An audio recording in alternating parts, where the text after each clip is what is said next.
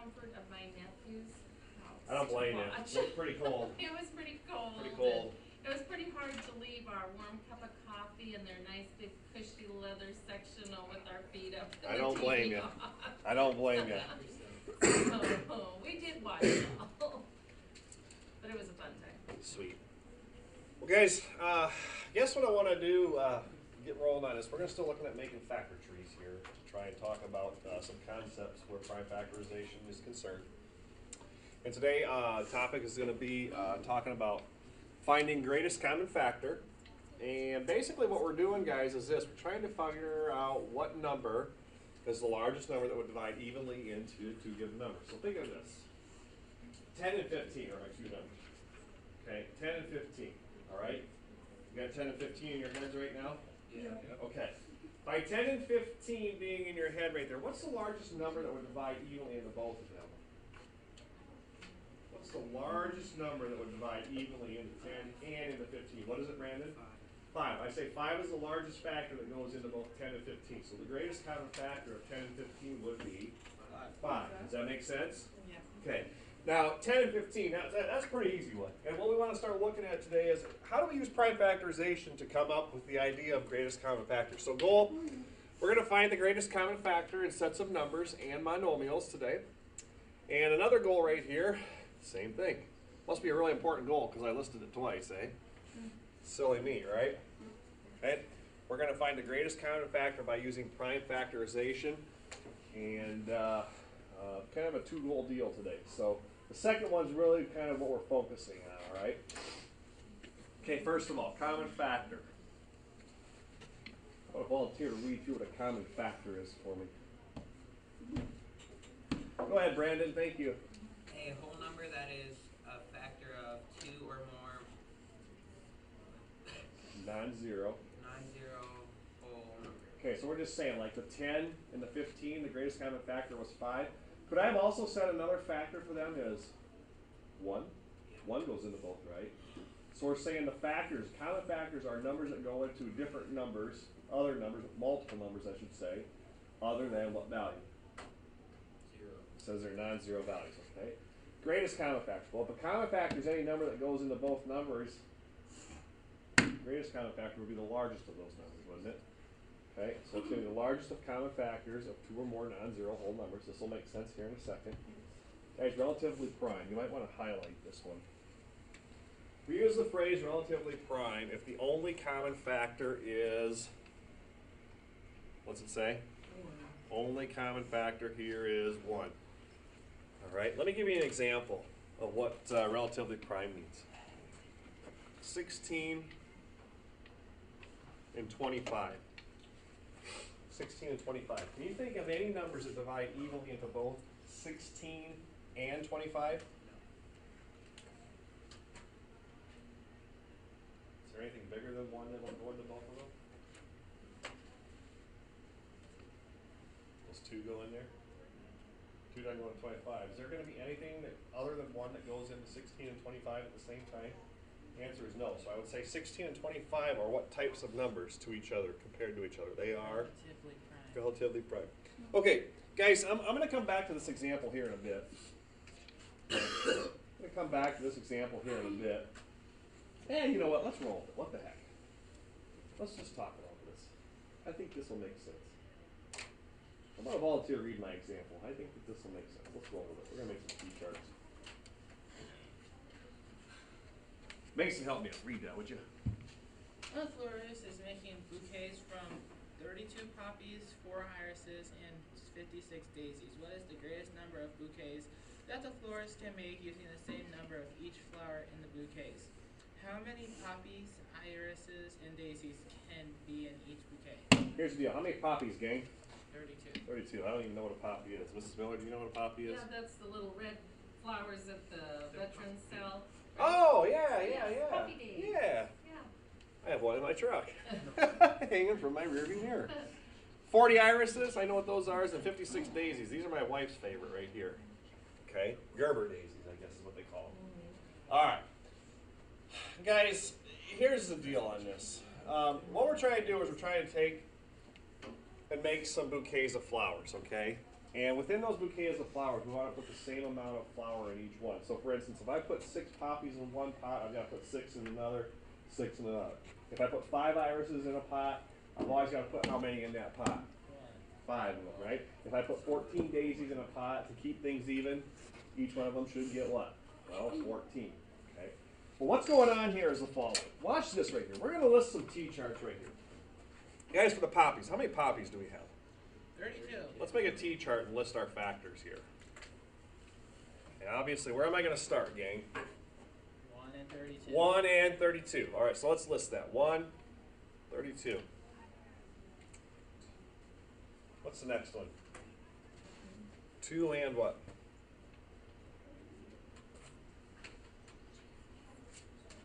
2 and 16, right? Okay, I want to list the rest here quickly. 4 goes into 32. Anybody know how many times?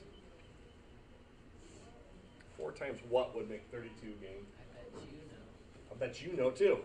8. 8. Okay. Let's see. 5, 6, and 7 will not go in there. When I get back to 8, it's already accounted for. So there's my factors of 32. Okay. Here's the deal. This is what this means, gang. I could put 1 poppy in how many different bouquets? I could put 2 poppies in how many different bouquets? 16. Or I could put 4 poppies in how many bouquets? 8. I could put 8 poppies in how many bouquets? 4. 16 in 2. or 32 in? 1. Okay. Those are our options, right? Because those are the factors. That's what divides evenly, wholly, if you will, into 32. All right. Next, I've got some irises. How many of those irises have we got?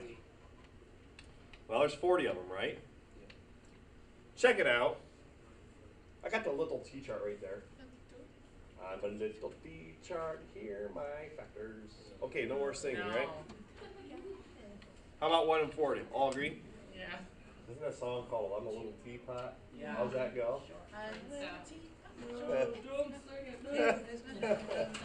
All right, well, will 2 go in there, kiddos? Yeah. 2 will go in there. How many times, Seth? 2 and 20. List the rest of them for me, gang. 5 will go in there because it ends in 0. 4 will go in there. 2 and 20, I heard. 3 won't. 4 goes in there how many times? 4 times what would make 40? 4 times 10. And I'll just tell you the last pair is 5. 5 times what would make 40? 8. Okay, that's it there.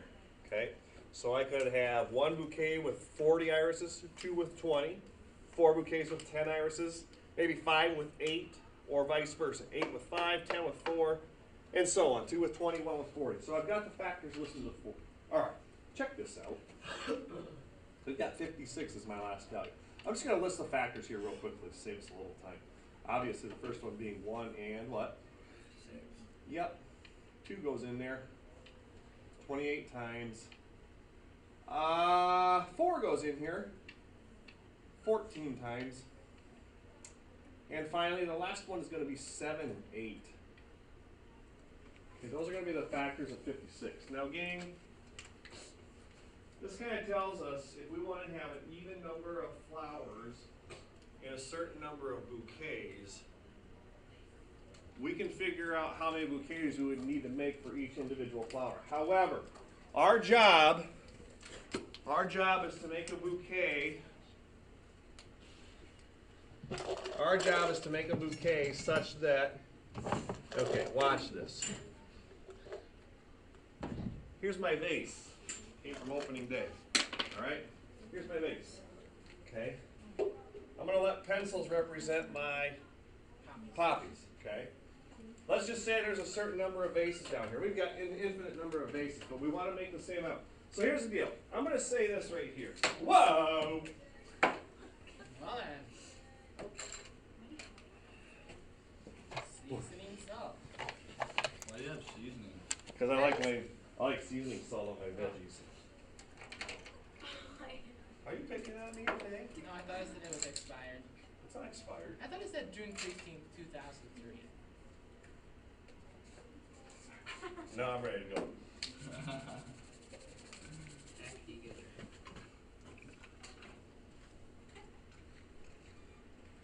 Here's another vase. Here's the dealio. Irises. Poppies. markers are daisies. My high cholesterol is the irises. And the pencils are my poppies. I thought those were the poppies. Here's the deal. Whatever. Here's my poppy. If I put 3 poppies in here, what's that mean about over here? If I put one, what was this called again? Pop. Irises. If I put one iris here, I can only put one in this vase, right? Can I put 2 in this one? Only one here. Okay. If I choose 3 daisies right here, if I put 3 daisies in here, I can only put 3 in here, right? Each vase. Different kinds of flowers, there's different numbers of different kinds, but are the vases, are the contents of what's in the vases the same? Yes. Okay. Our job then today is, first of all,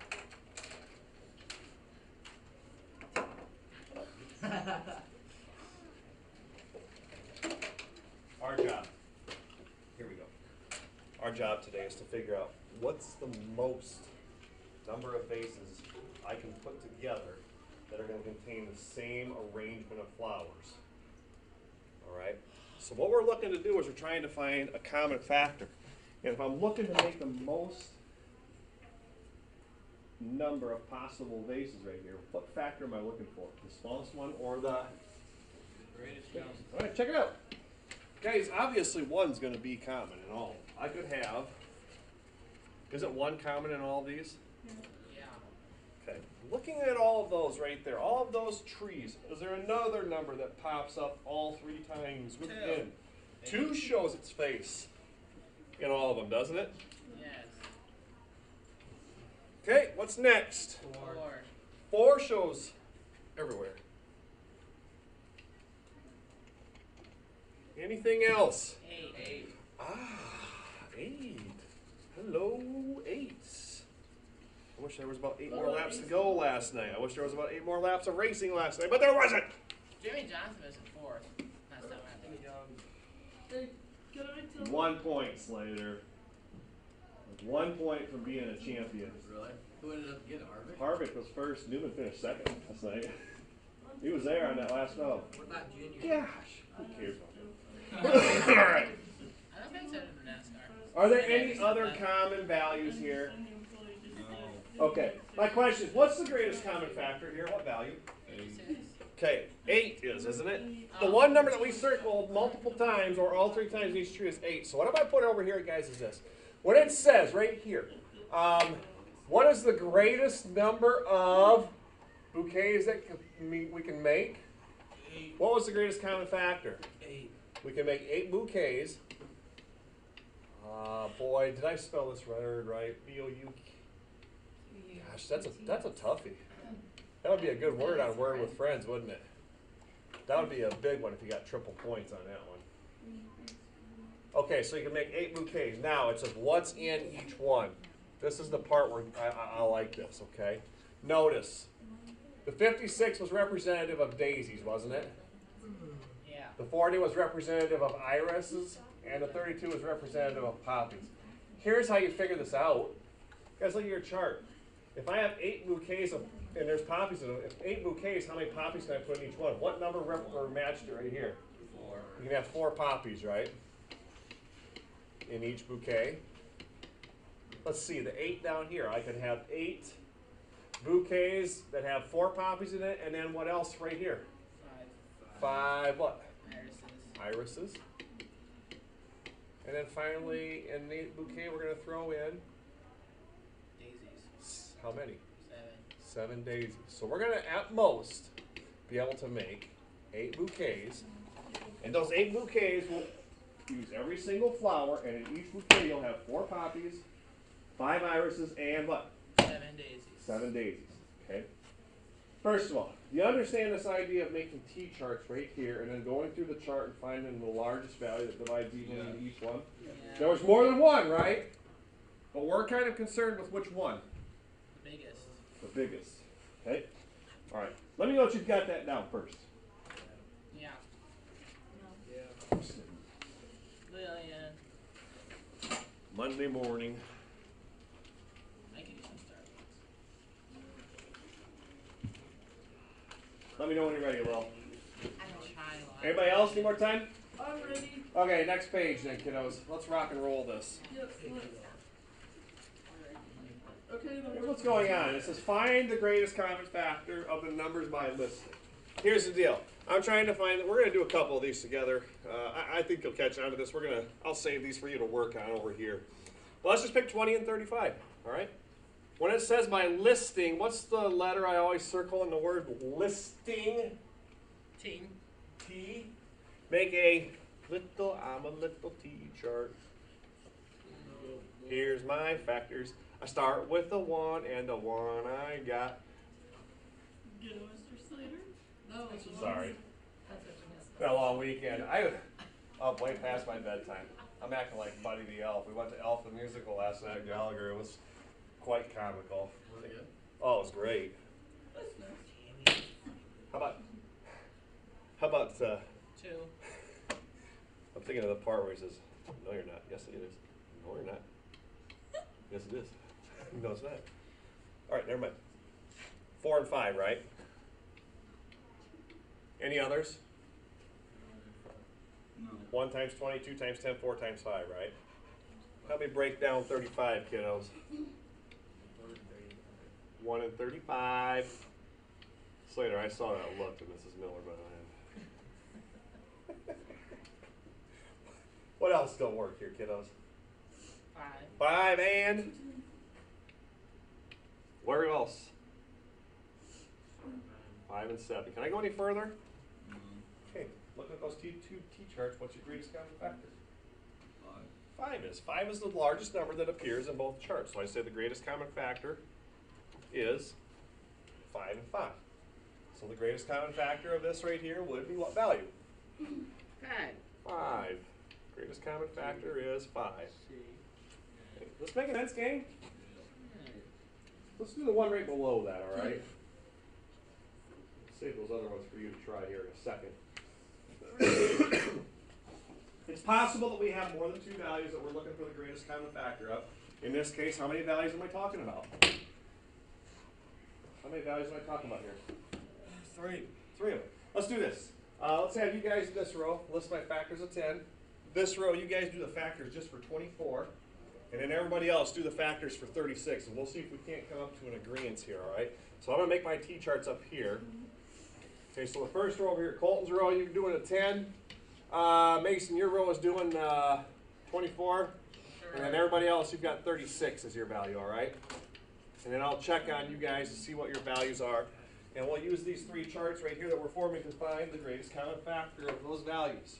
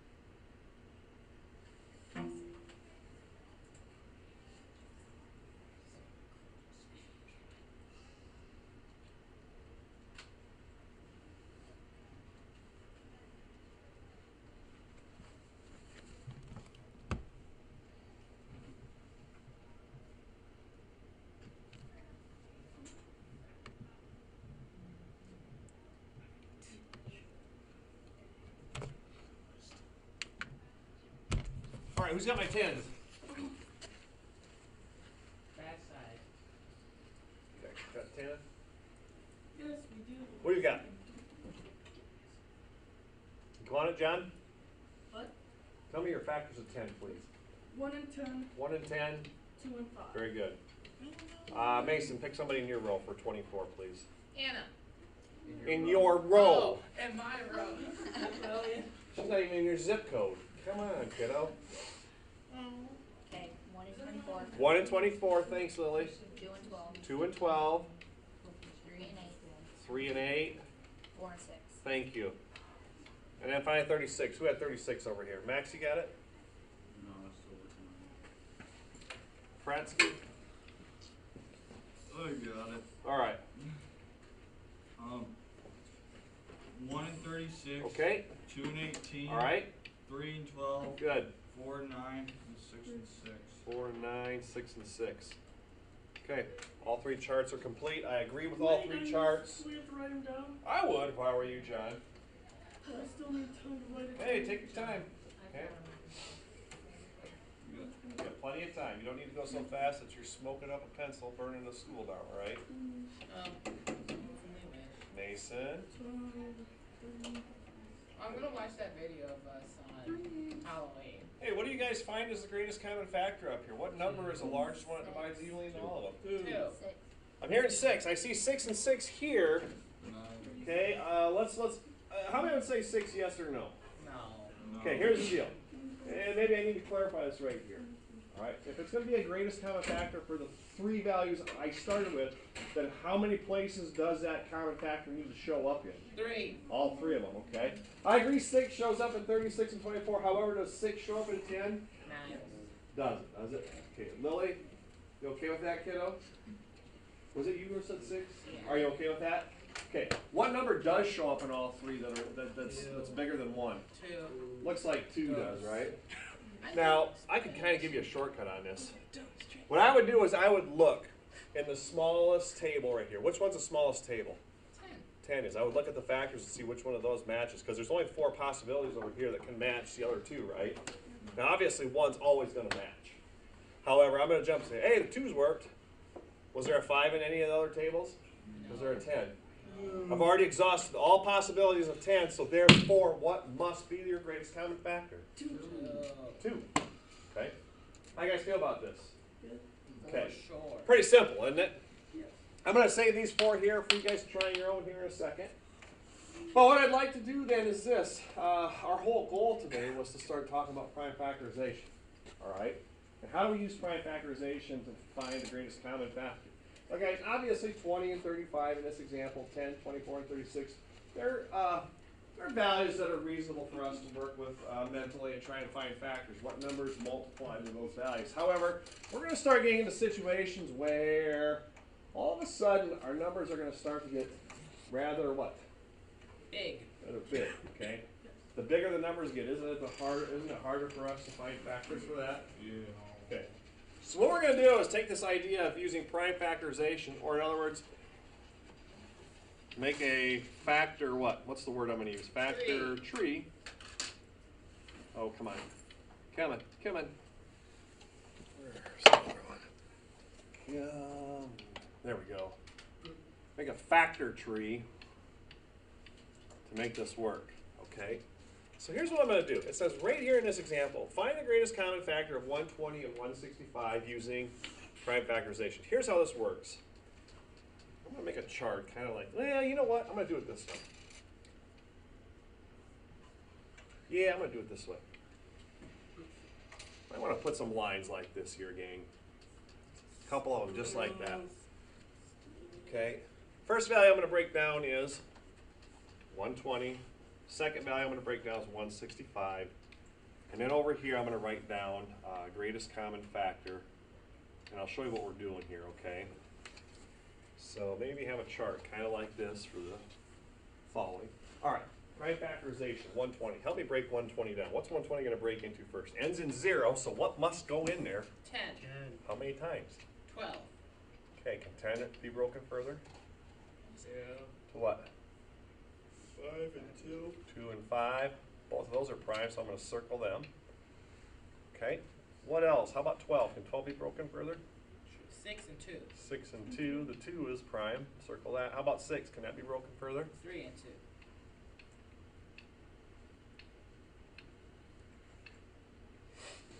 2. Okay. You guys agree with my prime factorization? Yeah. That's stuff we've done before. All right. 165 then. 165. How about factor that will go evenly in there? 5 has to. And the reason being it ends in 5. Okay, so I'll break 165 down. Now again, if you're not sure how many times 5 goes in there, what could you do? Divide. You could divide it. Okay. Anybody know how many times 5 goes into 165? Well, let's check it. Let's just go 165 and divide it by what? Divided by 5. 33. 33? All agree, 33? Sure. Yeah. Okay. Talk to me about the 5 that's here already. 5 is already prime, isn't it? Yeah. Can you guys think of a factor other than 1 that goes into 33 now? 11 and 3. Okay. Sadly, not a Vikings record. More like 3 and 11. I'll put it in that order. That's what I'm used to. Okay. Those are both prime, right? Watch what I do here, over here for greatest common factor. Your factors for 120 were the following. Help me list these in ascending order. How many 2's did I have here? 2, 2, 2, 2. 3 of them, right? Yeah. Times a 3 and times a what? 5. Right below that, I'm going to list the prime factorization of 165. Okay, which were what values? Well, 5 and 3 and 11. I'm going to put a line right down here, 5, 3, and 11. So I'm going to go 3, 5, and 11. Okay. Greatest common factor. This is how this works, gang. You're always looking for the common prime factor that was pulled from both values. So as I look at these values, the top one is the prime factorization for 120. The bottom is the prime factorization for 165. Within the two lists that I have up here of prime factors, are there any values that are common in each set? 5. There's a 3 and a 5 common in each set. So what that means is this. If a 3 and a 5 are common in each set, I can take those prime factors times each other to figure out what the greatest common factor would be. Up in the top set, what is 3 times 5, gang? 15. What's 3 times 5 in the bottom? 15. 15. Let's say I got 15 up here. I've got a 15 right here. So what is the greatest common factor? Well, I would simply say the greatest common factor is 15. Okay? So to find the greatest common factor, you're looking for the values that are common in each prime factorization set. Once you find those common values, now again, you're just talking about the values. You're not using all 4 numbers. We're just using the value from how many sets? 1. One set. Take the values from one set that are common with the other one. Okay?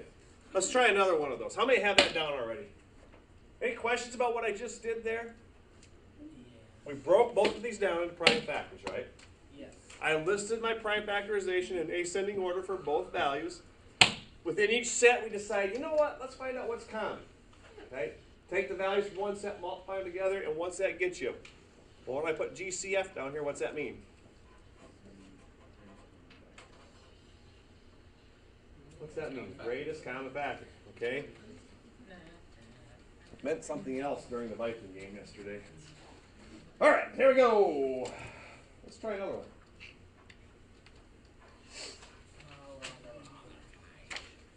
I tell you what, let's try another one, then I'm going to have you guys try one, okay? You guys pick one of these 4 that you want to do.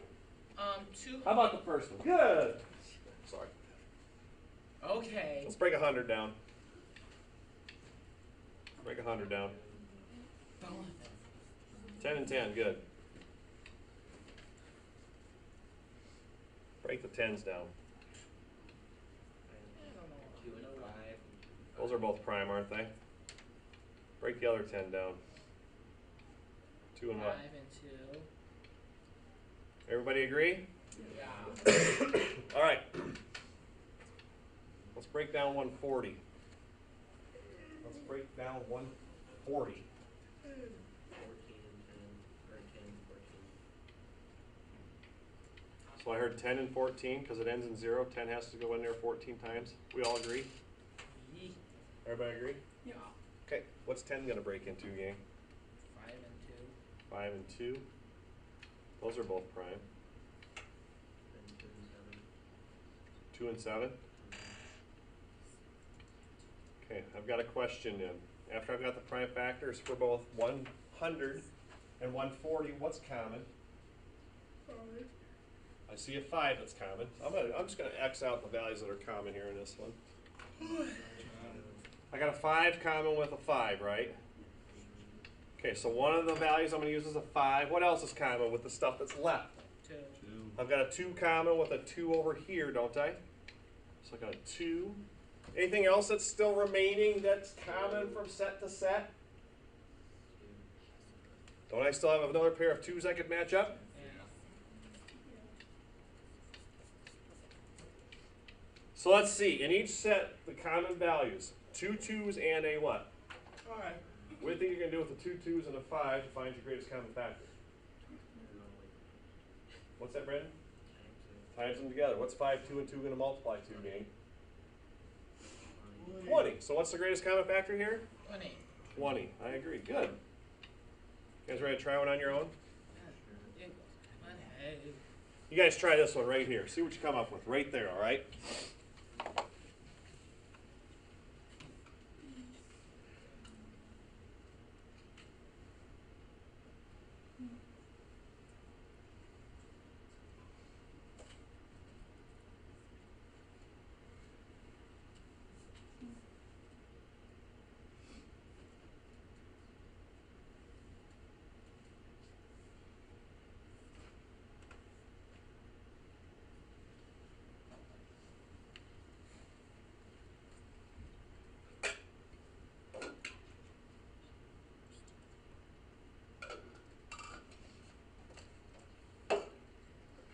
Maybe when you get a solution for greatest common factor in that top right example, check with a neighbor around you, and you guys might want to see if you agree or disagree.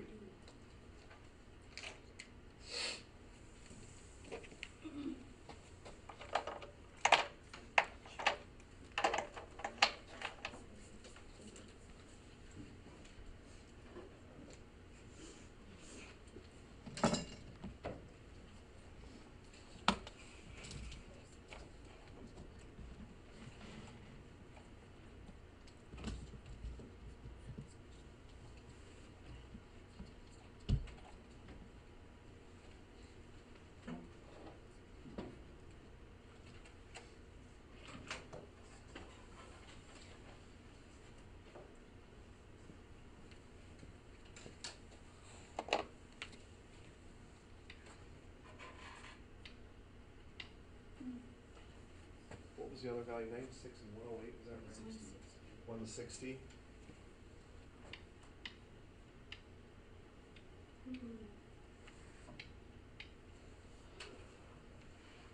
Do I need more time here? Okay, I'll give you about another minute or so. Excuse me. Okay, we've got a solution. Check with someone around you, see if you agree about what you think the greatest common factor might be here.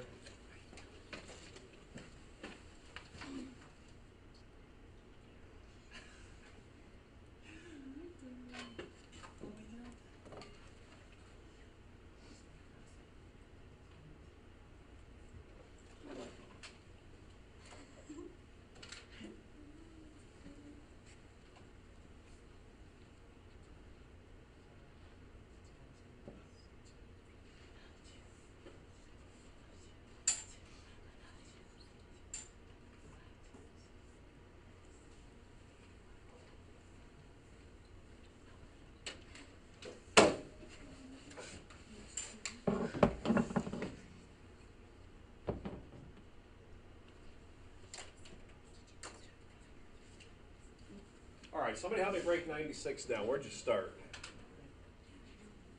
I'll help you through it, bro. 96 is kind of a tough one. Brandon, go, kiddo. 48 and 2. 48 and 2. 2 is prime. 48. All right. And then 2 and 24. 2 and 24. I agree. I've got a 2 prime and 24. Okay, so let's work 24 now. So it'd be 2 and 12. 2 and 12. 2 is prime again. And 2, Whoop! Mistake. Okay, go ahead. 2 and 6. 2 and 6. Got another prime. 3 and 2. 3 and 2. So I'm going to draw a line here. 2 is prime. 3 is prime, right? Yeah. So here we go. How many 2s did you have there, Brandon? 5. Looks like 1, 2, 3, 4, 5 of them. I agree. So I've got 1, 2, 3, 4, 5 2s and a 3. All right, good. And then your 160. Where'd we go with that? That's a nice one to start with. What value, Brandon? 2 and 8. How much? 80, sorry. Oh, 2 and 80. Can I start a different value? 8 and 20. You could go 8 and 20. How about 16 and 10. somebody probably went 60 and 10? It doesn't matter. Does it matter where you start? That's the beauty about this. Okay, you're going to get to the same spot. I'm going to start 10 and 16. I don't know why. If it ends in 0, I just throw a 10 up there automatically. This is 2 and 5, isn't it? Boom, boom.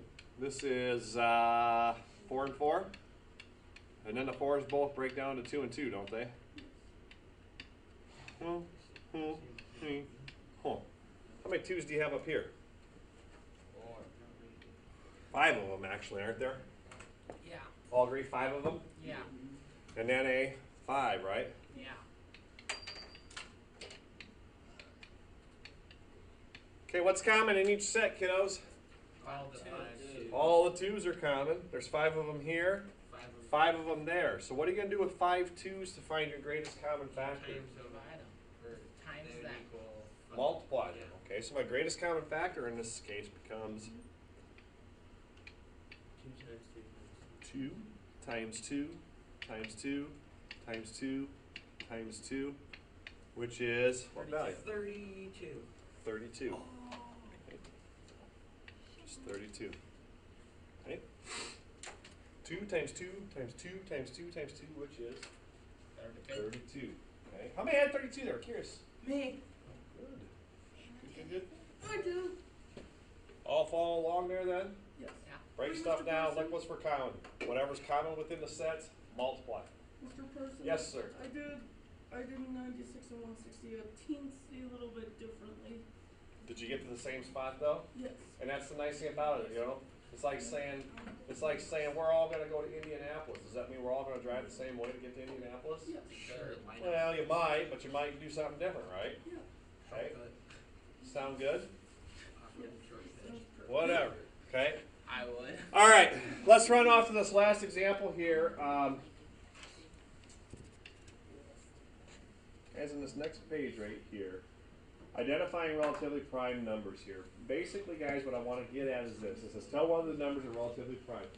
Here's the deal here. All relatively prime means is this. It just means that 1 is your greatest common factor. Let me show you what's going on here. With the 16 and the 25, we're going to break down. Relatively prime means that there are no common factors other than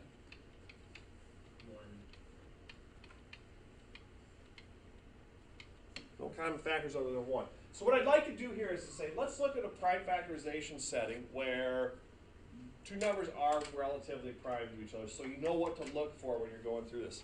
Guys, 16 will break into 4 and 4 here, won't it? And then the 4s break into 2.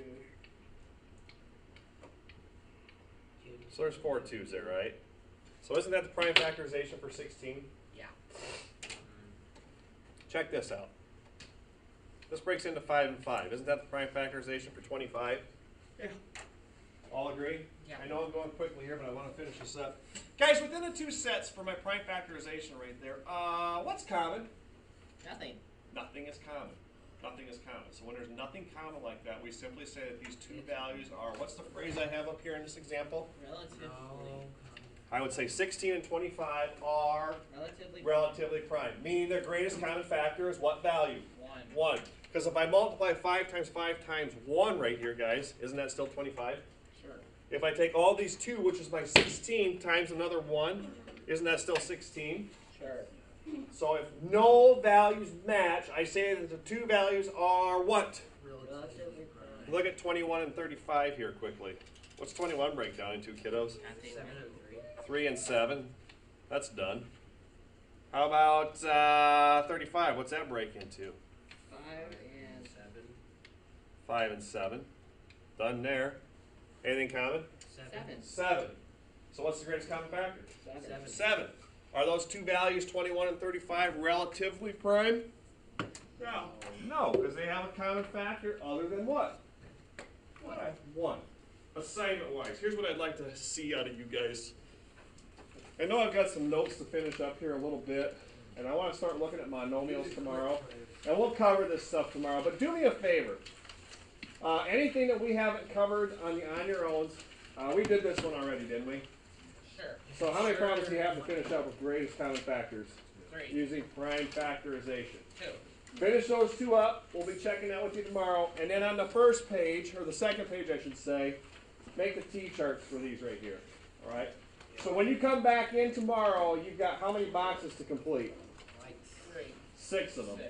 Okay, that's the only thing I'm going to assign for you tomorrow. Finish up those 6 examples on your own and bring them to class tomorrow, okay? Don't worry about the quick quiz. You'll have time to do that in class tomorrow. Lily, question. Do you have an assignment for tomorrow? I will have it here after 5th hour, so if you want to stop in sometime after 5th hour, I'll get it for you, okay? Can you do that today? Yes, I go through it. Okay, sounds good.